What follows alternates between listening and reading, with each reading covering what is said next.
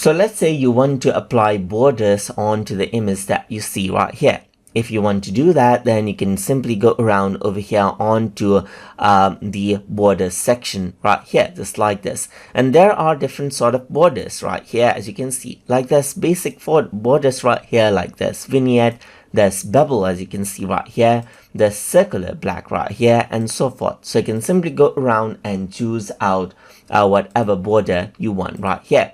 Circle or something, bevel black right here, bevel white, thin black right here, thin white, and so forth, as you can see right here, vertical, snapshot, and so forth, as you can see right here.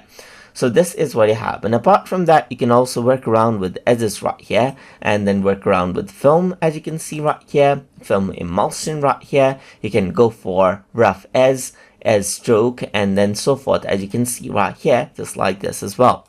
Apart from that, you can work around with frames right here and choose different sort of frames, as you can see right here, like old frame, and then so forth, as you can see right here, just like this. So that is what you have itself, and then that is how you can apply out borders as you like inside of Adobe Photoshop Express.